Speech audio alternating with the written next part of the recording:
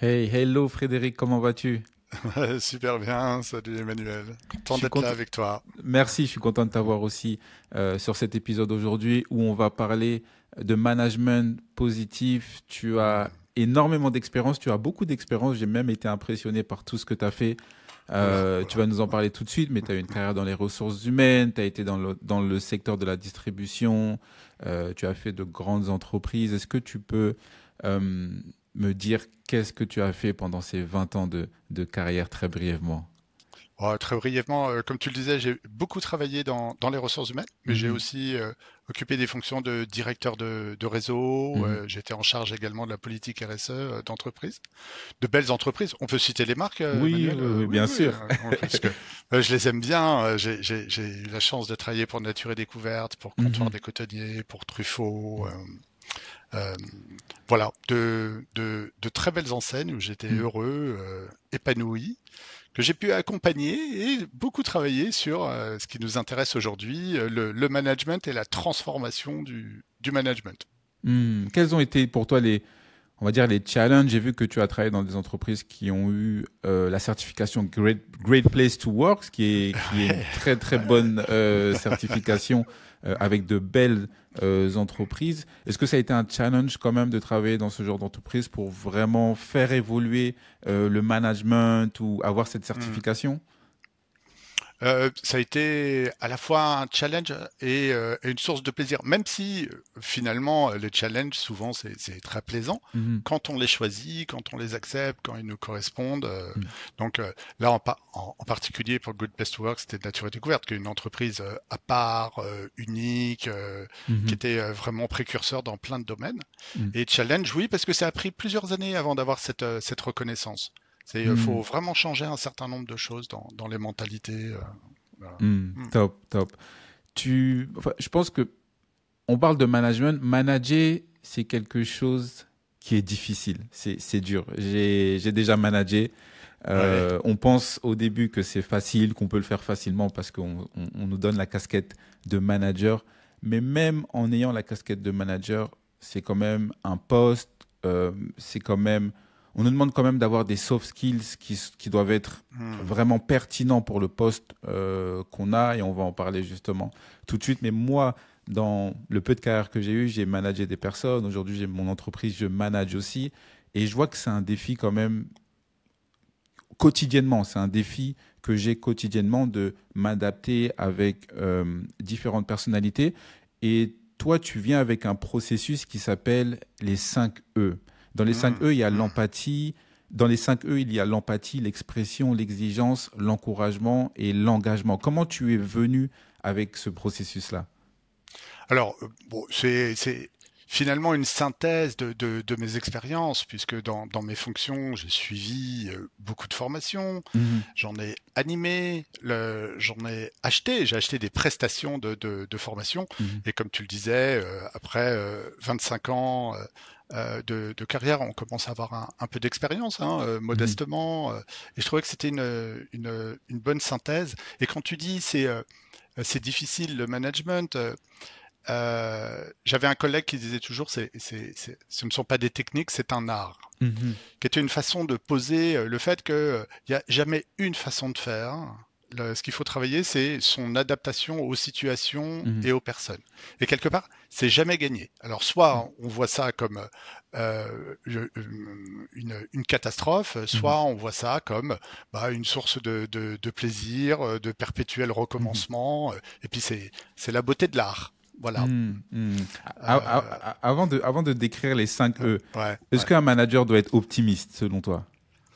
Euh, c'est c'est mieux. C'est mieux. Alors, non, je tiquais sur il doit l'être, on doit jamais être forcément quelque chose. Mhm, C'est plus facile quand on est d'une nature optimiste. mhm, Mais c'est pas obligatoire s'il y a autant de façons de manager qu'il y a de personnes. Donc, il n'y a pas une façon d'être unique et impérative. Non, être optimiste, forcément, ça aide parce que ça offre mhm, une vision plus ouverte de la vie, des mhm. personnes, de l'acceptation. Mais ça peut se travailler l'optimisme. C'est vrai que tout ce travail, c'est vrai qu'il y a des choses difficiles, mais il faut le prendre comme un challenge. Moi, c'est ce que j'essaye de faire au jour le jour, de prendre les défis comme un challenge et essayer de faire mieux tous les jours, comme je pense beaucoup de managers. Dans le premier point des 5 E du management positif, il y a l'empathie. Est-ce que tu peux nous expliquer ce qu'est l'empathie? L'empathie, c'est la capacité à se connecter aux autres, mais également à soi. Mhm. Alors quand on dit ça, on dit oh là, mais qu'est-ce que ça veut dire tout ça? C'est l'empathie, c'est développer sa capacité d'écoute Mhm. qui permet cette connexion. Et pour moi, c'est la compétence capitale que toutes les entreprises devraient s'engager à développer chez leurs managers. Parce que d'abord, c'est utile, hein, savoir écouter l'autre. Mhm. Et dans l'écoute, il est important de préciser que tu as un premier niveau. Mhm. C'est là, par exemple, je te vois. Hein, je ne sais pas Mhm. si toutes les personnes qui écoutent le podcast vont se connecter et nous voir, parce qu'on peut te voir. Mhm. Donc, je vois que tu es très souriant. On sent que tu es content d'être là. Tu utilises des mots extrêmement précis. Et ça me met beaucoup à l'aise de te voir. Mhm. Donc là, je suis sur une surface d'écoute où je capte ta voix, ton regard, ta posture, et puis également le fait que transparaît une émotion Mhm. que je traduis comme plaisante. Voilà. Mhm. Et pour moi, c'est agréable d'être avec toi. Mhm. Donc là, Waouh. on est déjà dans un deuxième niveau, le niveau des émotions. Et il y aurait un troisième niveau au moins quand on travaille son empathie, Mhm. c'est si on a une discussion sur un sujet un peu profond, qui est important pour toi, Mhm. plaisant ou non, peu importe, ce serait pour moi de comprendre ce qu'il y a derrière. C'est quoi Mhm. tes pensées, c'est quoi tes valeurs, c'est quoi tes croyances. Tu vois, c'est des petites choses qu'on peut Mhm. entendre des tours de phrases et savoir et aller écouter ça. Et puis après, il y a un dernier niveau, mais c'est un niveau plus subtil. Mhm. C'est quand j'écoute vraiment une personne, qu'est-ce que ça fait naître en moi et qu'est-ce que ça m'apprend de moi, les Mhm. réactions que j'ai à écouter quelqu'un. Voilà. Waouh. Donc l'empathie, c'est comme un iceberg. Il y a ce qu'il y a en surface et c'est savoir aller sous le niveau de la Mhm. mer et comprendre quels sont les ressorts et le mode de fonctionnement d'une personne. Waouh. Et on dit souvent Mhm. l'empathie, c'est très féminin. Sans doute que les femmes sont plus douées que les garçons. Mhm. Néanmoins, tout le monde peut travailler son empathie et sa qualité Hmm. d'écoute. C'est très intéressant puisque c'était la question que je voulais te poser. Est-ce que tout le monde peut travailler son empathie? Parce que moi, je me considère comme une personne qui est très empathique. Par exemple, je sais reconnaître les émotions d'une personne très facilement. Je Ouais. sais me mettre à sa place si la personne a une situation difficile, même si la personne ne l'exprime pas verbalement, je sais reconnaître quand même. Juste un exemple, si je vois une personne pleurer, j'aurais envie de pleurer aussi. Si je vois, Mmh, mmh, disons, un SDF dans la rue, j'aurais beaucoup de compassion, beaucoup d'empathie. Je sais que ça va jouer sur mon caractère et ma personnalité. Euh, Certaines personnes vont dire que c'est une bénédiction et un malheur aussi, parce que être beaucoup empathique, euh, on peut parfois oublier ses émotions. Pour un manager aujourd'hui qui veut travailler son empathie, mmh. quel est le premier conseil que tu pourras lui donner? Alors, déjà, j'ai envie de dire, par rapport à ce que tu viens de dire, que il y a empathie et sensibilité. Hmm. Être sensible, c'est avoir en quelque sorte un flot d'émotions Mhm. lorsque on voit quelque chose et qu'on Mhm. réagit à cette chose, à ce Mhm. stimuli. Pas faire trop technique. Euh, Il y a un concept qui est très chouette si tous ceux qui nous écoutent veulent aller sur Internet et taper neurones miroirs. Mhm. Il y a plein de vidéos, c'est très très accessible. C'est comprendre que l'être humain Mhm. sait réagir par rapport aux émotions de l'autre. Il y a par exemple des vidéos très drôles de personnes qui rient et en fait on rit de les voir rire. On ne sait pas Mhm. pourquoi ils rient, mais Mhm. on rit de les voir rire. Et idem, euh, un petit bébé, si on lui met un visage triste, Mhm. il va devenir triste, ce bébé. Donc on voit Waouh. bien hein, les neurones miroirs, comment ils Mhm. fonctionnent. Et c'est chez les humains, mais on le trouve aussi chez d'autres espèces animales. Bon, Mhm. tout ça est très intéressant pour dire qu'il y a cette sensibilité qui se manifeste. Quand on est dans l'empathie, et pour répondre à ta question, ça peut se travailler par ce petit truc magique qui s'appelle la reformulation. Mhm. C'est-à-dire, je ne reste pas uniquement sur la surface des choses, hein, d'où l'image de l'iceberg, Oui. mais je me concentre sur ce qui vient d'être dit. Et ça, on peut être doué parce qu'on est un petit peu plus sensible, ou quand tout Mhm. à l'heure tu me disais, est-ce qu'il faut être optimiste? Bah, on est avantagé quand on l'est Mhm. naturellement et qu'on est de nature heureuse, Mhm. expansive et Exact. positive. Mais néanmoins, si je veux développer mon empathie, Mhm. et ce sera intéressant de dire ça veut dire quoi développer l'empathie, eh bien, ce travail de reformulation va m'aider. J'ai un exemple pour toi. Imagine, on est dans un contexte professionnel et je te dis, oui, moi, j'ai plus envie d'aller en rendez-vous clientèle avec Leïla, elle Mhm. est trop transparente. Mhm. Qu'est-ce que ça veut dire pour toi qu'elle est trop transparente? Hmm, je pense que quand on dit elle est trop transparente, c'est peut-être qu'elle va communiquer sans se mettre à la place de son interlocuteur, peut-être, et Mhm. de dire les choses qu'elle a envie de dire comme elle ressent, mais pas forcément Hmm, comme l'autre personne peut la ressentir. ouais, ok, super.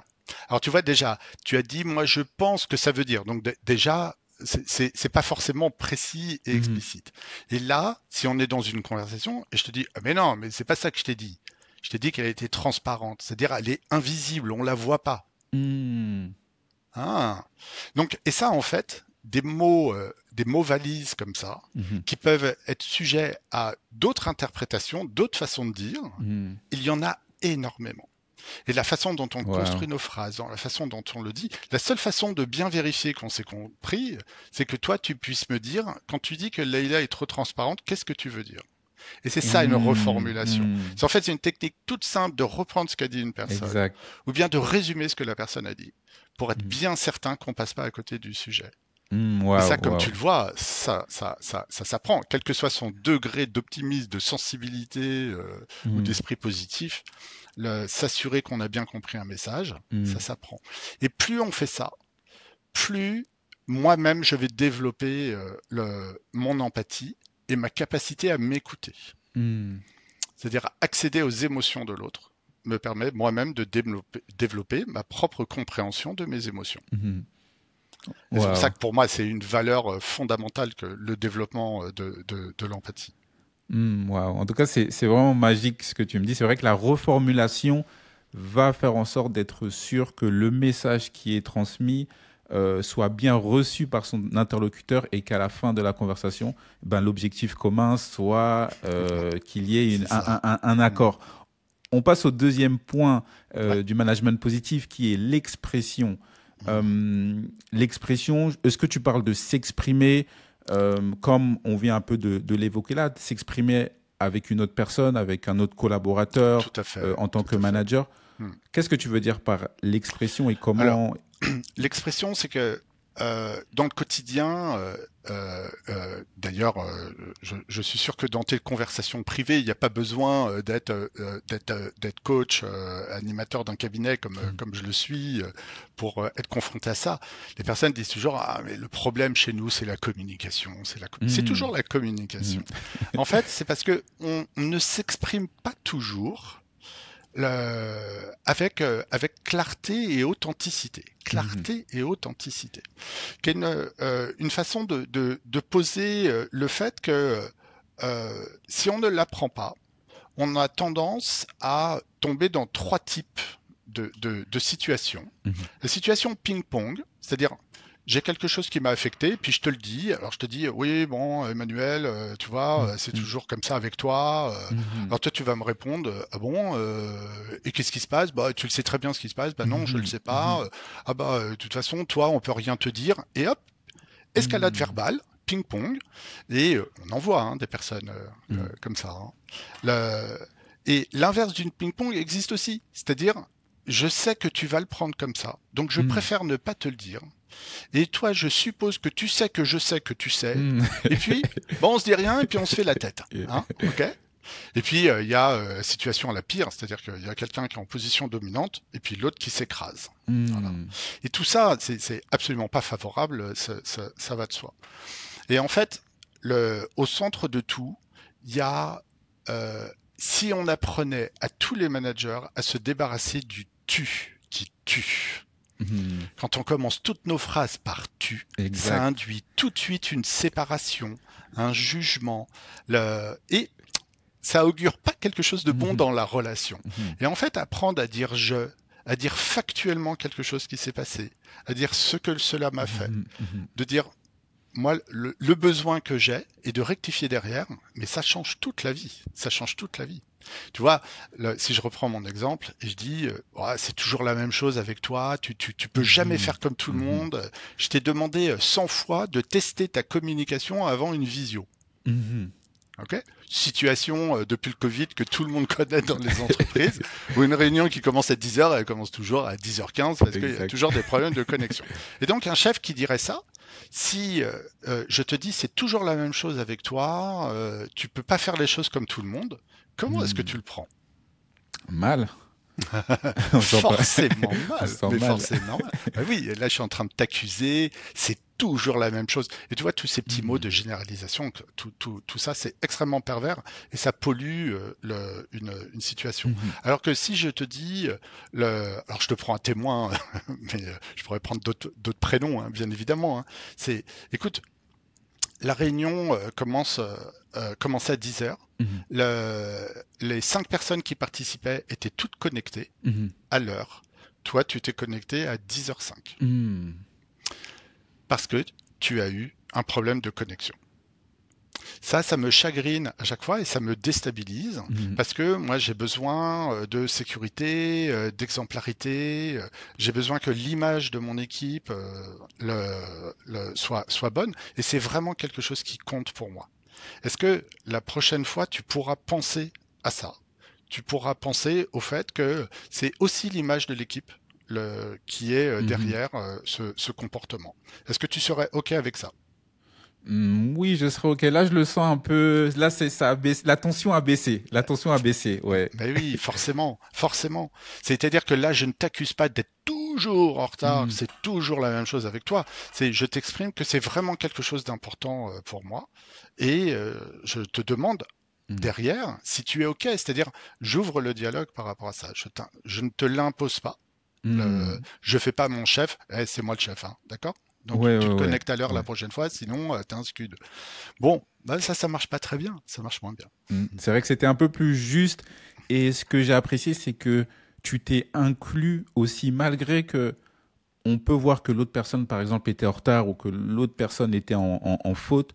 Bah, tu t'es quand même inclus en disant que on a une réunion, on essaye d'être à l'heure, Hmm. à 10 heures. Et il n'y avait pas que le tu. C'était Ouais, vraiment, ouais, le on est tu une qui tue, ouais. équipe, on est ensemble, on essaie d'être à l'heure Hmm. pour faire avancer un objectif. Et lorsque, même si c'est le collaborateur qui fait une erreur, qui n'a pas rangé le dossier, qui n'a pas lavé le verre dans la cuisine, on essaie de quand même globaliser la conversation pour dire que si on en vient à mettre des efforts sur X, on pourra atteindre l'objectif Y. Et c'est ce que j'ai Hmm. apprécié Hmm. justement d'avoir une expression qui est, comme tu dis, juste et authentique. Le troisième point, c'est l'exigence. En tant que manager, est-ce qu'il faut être exigeant? Parce que Alors, l'exigence, ouais. ça sonne quand même un peu cru quand même. Oui, complètement. Moi, je suis content que tu le soulèves parce que dans cette règle des 5 E, qui est pas une règle, hein, qui est un moyen Mhm, mémotechnique, tu l'as compris, pour un management positif, donc l'empathie, l'expression, l'exigence, l'encouragement et l'engagement. Qu'est-ce que l'exigence vient faire là-dedans? En fait, l'exigence, elle est fondamentale et pour moi, elle est au cœur, et d'ailleurs, elle vient en position numéro 3. mhm, C'est que il ne peut y avoir d'harmonie que si on pose un cadre. Et le cadre, mhm, il est important. Et un cadre, c'est pas forcément quelque chose de rigide, mhm, c'est pas forcément quelque chose qui est imposé. Tu discutes pas, c'est comme ça, hein, d'accord. C'est pas, on n'est pas alarmé. mhm, Et c'est ce qui permet à tout le monde d'avoir une même référence. Et cette notion de référence, elle est fondamentale. Tu sais, je donne toujours l'exemple des parties de foot dans les cours de récréation. Mhm. Hein. Alors, il y a touche ou il n'y a pas touche? Non, le ballon, il est Mhm. sorti. Non, il n'est pas sorti. Si. En fait, qui est-ce qui décide? C'est toujours le plus fort, en fait. Hein, Exact, exact. Et puis, et la partie, elle se termine quand? Bah, elle se termine quand le propriétaire du ballon décide que la partie est terminée. Mhm. Et tout ça est toujours flou. Et c'est un petit peu la loi de la jungle. Ça permet d'éviter ça Mhm.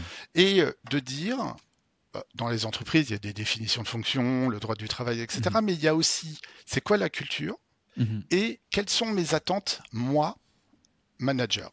Et si ça, c'est pas explicité Mhm. de façon très, très, très simple, eh ben, on passe à côté du truc. Mhm. Moi, je me souviens d'un manager en formation qui me disait, bah, moi, j'ai un problème avec un tel parce qu'elle s'intègre pas à l'équipe. Mhm. Et en fait, en creusant, il y avait un rituel de petit déjeuner le week-end Mhm. où chacun à tour de rôle amenait des croissants.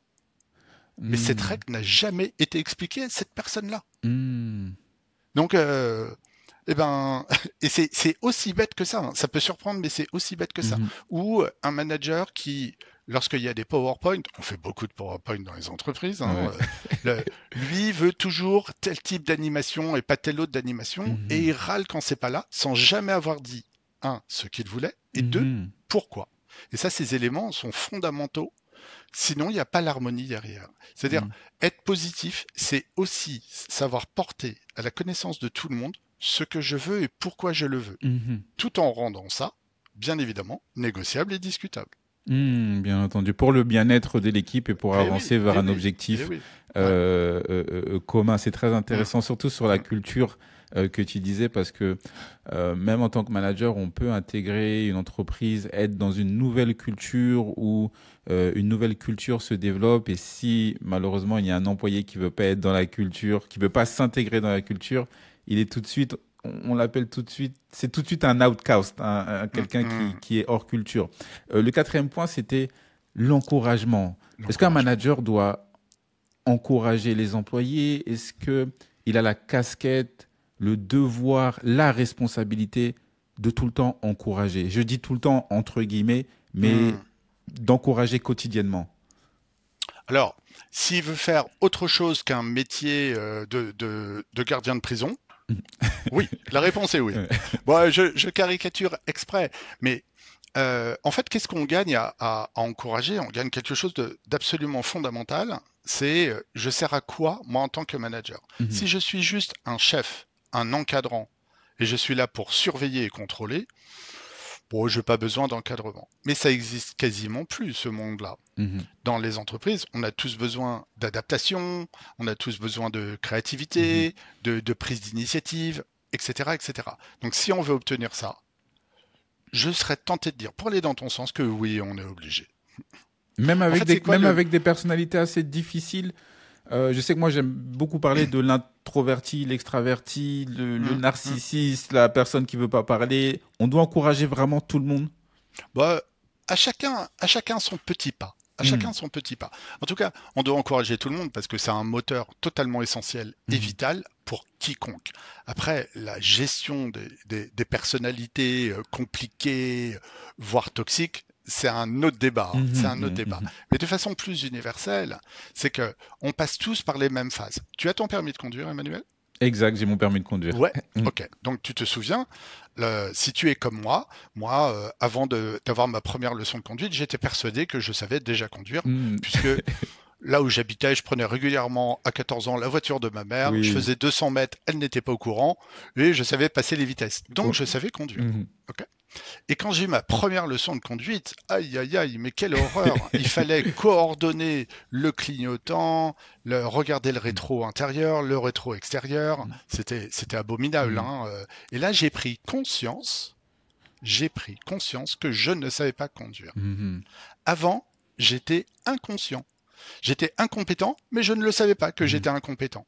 Et donc, quand on prend conscience que l'on n'est pas compétent, ah, c'est désagréable. mhm, Donc pourquoi je raconte cette histoire? Parce que, euh, en fait, dans la vie professionnelle, on passe toujours par des phases où on découvre une nouvelle matière, mhm, une nouvelle façon de faire. Et on se retrouve dans la situation où on se rend compte qu'on ne sait pas faire. Et on n'aime pas ne pas savoir faire. Donc c'est à ce moment-là, dans cette situation qui est pénible, où on a besoin d'encouragement. Exact. Hein, si après ta première leçon de conduite, des personnes t'avaient vu et t'avaient dit mais Emmanuel, t'es nul, t'y arriveras jamais, t'es pas fait pour ça, t'as deux mains gauches, deux pieds gauches. Bon, c'est pas bon, mais ce n'est pas favorable. Donc c'est là où on a besoin de soutien, d'encouragement. Et je voudrais dire quelque chose là-dessus, qui est il y a des études qui ont été menées. Alors, je vais citer, c'est quelqu'un qui s'appelle Marcial Lozada. Marcial Lozada, comme ça se prononce, qui est un psychologue d'origine chilienne qui a étudié aux États-Unis et qui a étudié une soixantaine d'équipes de management et qui a repéré celles qui étaient performantes et celles qui étaient moins performantes. Et il en a établi un ratio, donc c'est le ratio Lozada, qui dit quoi? Qui dit que pour les équipes les plus efficaces, vont se donner jusqu'à 10 encouragements contre 1 point de progrès. Wow. 10 points positifs pour 1 point de progrès. Et que le minimum, sinon il ne peut pas y avoir d'efficacité, c'est au moins 3 pour 1. Et il y a une image qui est super, il faut se représenter un voilier. Donc il y a des voiles et un gouvernail. Le gouvernail, ce sont les points de progrès.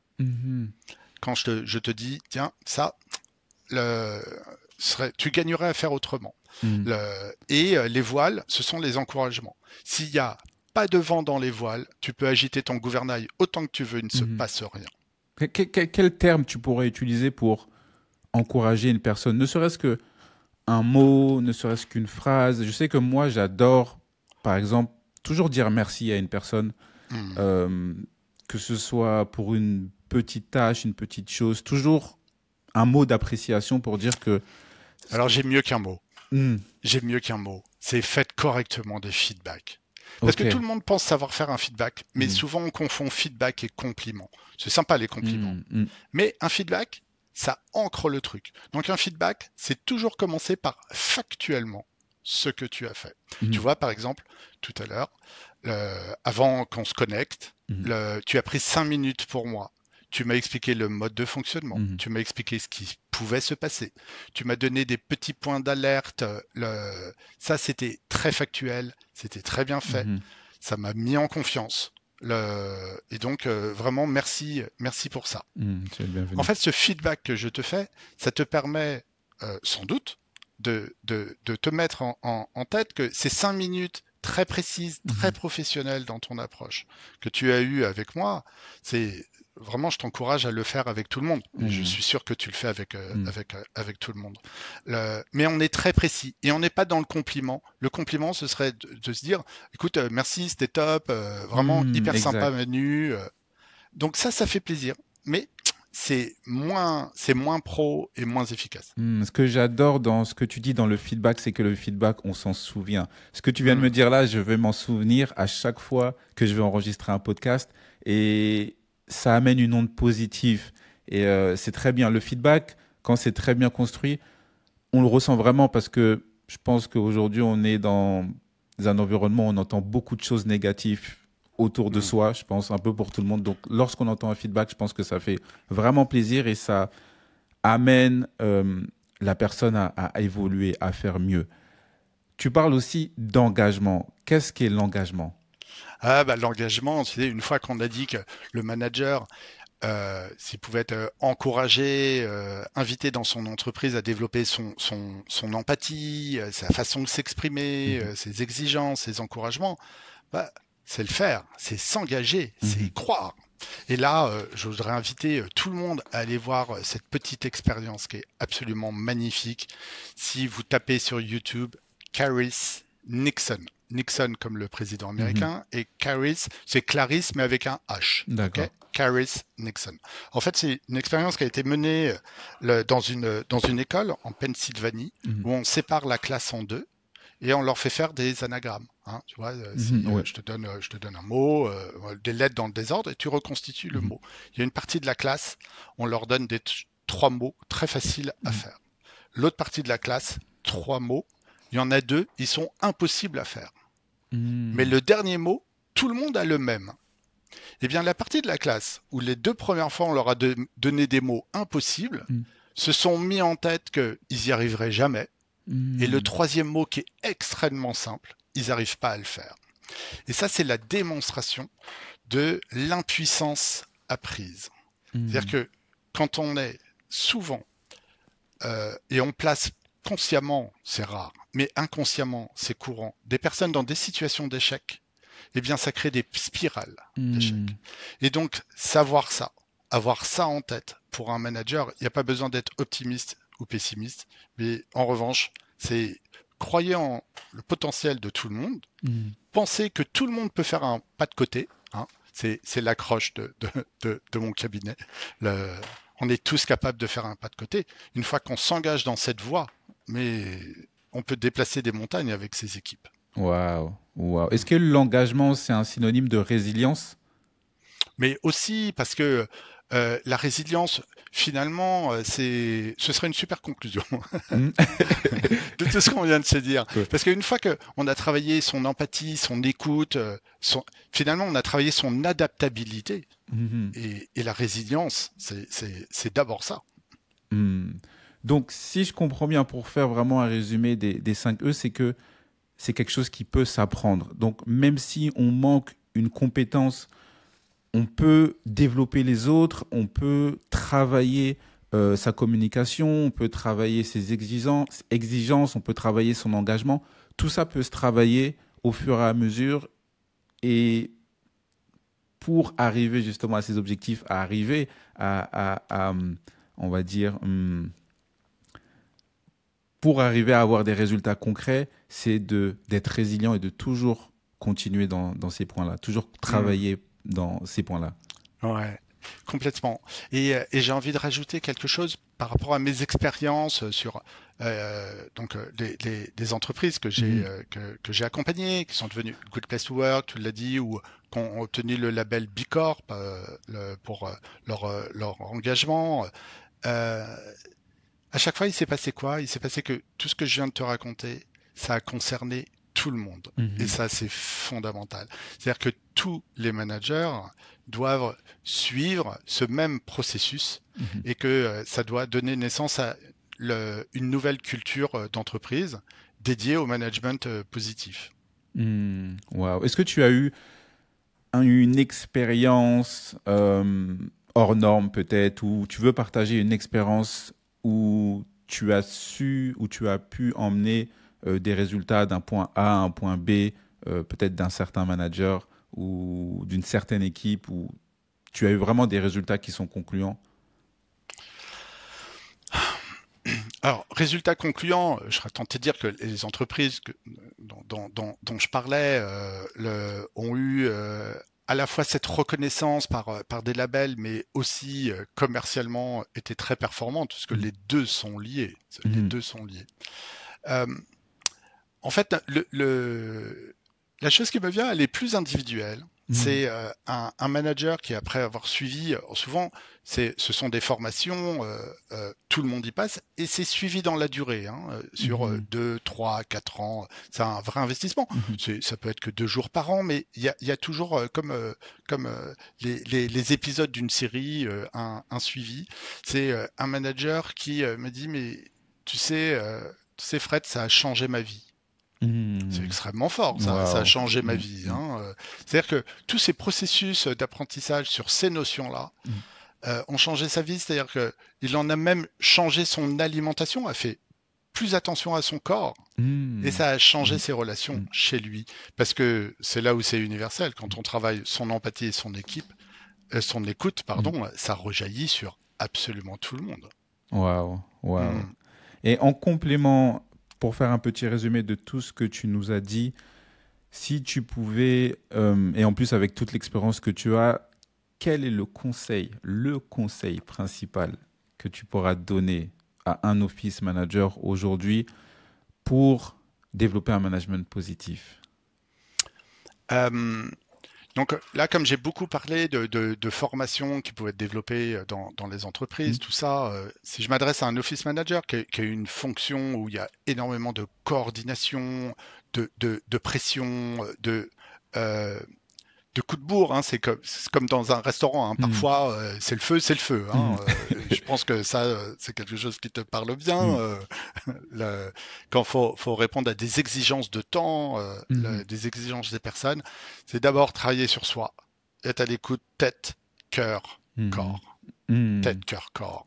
C'est-à-dire être toujours en éveil, travailler son écoute, son estime, son empathie, on en a beaucoup parlé, mais également savoir que notre corps, c'est notre véhicule, c'est celui qui nous emmène. Et Mhm. plus on l'écoute, plus on saura être à l'écoute de notre corps, de notre cœur et de Waouh, notre tête. waouh. Donc ça, c'est extrêmement important. Et quand tu parlais de résilience, cet alignement tête, cœur, corps, il est fondamental. Waouh, waouh, c'est magique. En tout cas, c'est très beau ce que tu viens de dire parce que, parce que ça a vraiment une puissance. Aujourd'hui, tu as ton cabinet de conseil Possible S. Est-ce que tu peux nous dire quel type d'accompagnement que tu fais chez Possible S? Alors, c'est possible.s. Je l'ai écrit comme ça, Mm. point .s, pour faire un petit clin d'œil à l'inclusion Mhm. dont on avait parlé au début de notre rencontre. Mhm. Donc, possible.s, c'est on est tous capables de faire des pas de côté, ce dont je parlais tout à l'heure. Et Mhm. l'accompagnement, très essentiellement, c'est construire des parcours de formation où on va aboutir à une vraie transformation. Mhm. C'est-à-dire que des stages de formation, on peut en acheter partout. Mais moi, mon expérience m'a montré, et plutôt avec succès, hein, très modestement, hein, c'est pas que le fruit de mon travail, bien Mhm. évidemment, que c'est l'engagement dans la durée qui fait que on va connecter les managers à toutes leurs équipes Mhm. et qu'on va faire un travail de transformation favorable. Waouh, waouh. Mm. Merci pour tous les renseignements, Frédéric. C'était vraiment intéressant, vraiment Super, euh, merci, merci Manuel. beaucoup de choses que tu nous as dit aujourd'hui. Euh, Comment les personnes peuvent te joindre, par quels moyens? Est-ce que tu peux nous dire un peu comment on peut te Bon, joindre? sur Internet, le possible-s.fr, hein, pour Mhm. avoir l'accès. Et puis mon nom, on me trouve facilement. Mais voilà. Mais même en tapant possible.s, on trouve Nickel, sur Internet. Voilà. nickel. Donc, merci beaucoup, Frédéric. Moi, ce que je retiens, c'est Avec vraiment le grand plaisir. tête, cœur et Corps. Tête, corps. cœur, corps, Tête, corps, tête, corps. tête, cœur, corps. Ouais, tête, Tête, cœur, cœur, corps. corps. En tout cas, je vais essayer de Voilà, retenir par aligner cœur. ça, prendre Merci soin de beaucoup, soi. Frédéric. Je te souhaite une bonne journée et encore merci pour tous les renseignements et les détails que tu nous as donnés aujourd'hui. Bah, c'était un grand plaisir. Merci de ton écoute, Emmanuel. Merci C'est à top. toi. Bonne journée. Bonne journée.